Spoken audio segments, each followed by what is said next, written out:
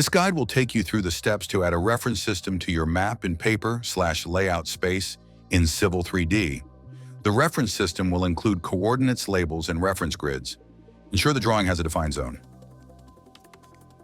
In Civil 3D, go to Settings under the Toolspace palette.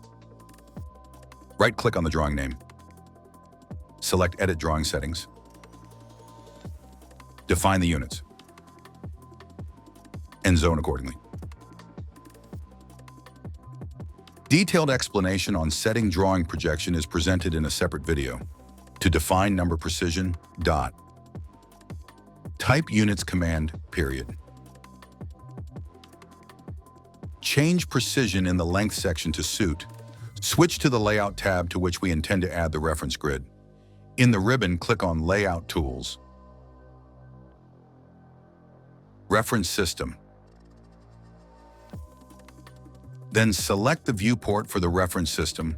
The Create Reference System dialog box appears. In the Create Reference System dialog box, specify the various options to suit your project. Under Reference System Template, select a lettering scheme for your reference grid. Use latitude-longitude. Military Grid Reference System. United States National Grid, or Current Map Coordinate System. For this example, we will use the current map coordinate template since we had already defined this earlier on. Select the actual scale for the reference grid and select the precision of the grid lines. The precision options will vary depending on the units used by the reference system.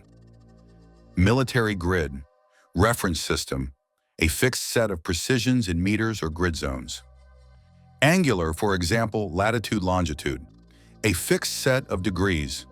Linear, for example, United States National Grid, a fixed set of distances. Unknown, map space units, defaulting to 4 to 5 horizontal grid lines. Civil 3D will draw grid lines at the defined precision level. Ticks are auto-generated. For angular grid lines, tick marks appear at 1/5 intervals. For linear grid lines, tick marks appear at 1/10 intervals. For example, for a latitude-longitude system, if you specify grid lines at every 10 degrees, tick marks appear at every 2 degrees between the grid lines. Click OK.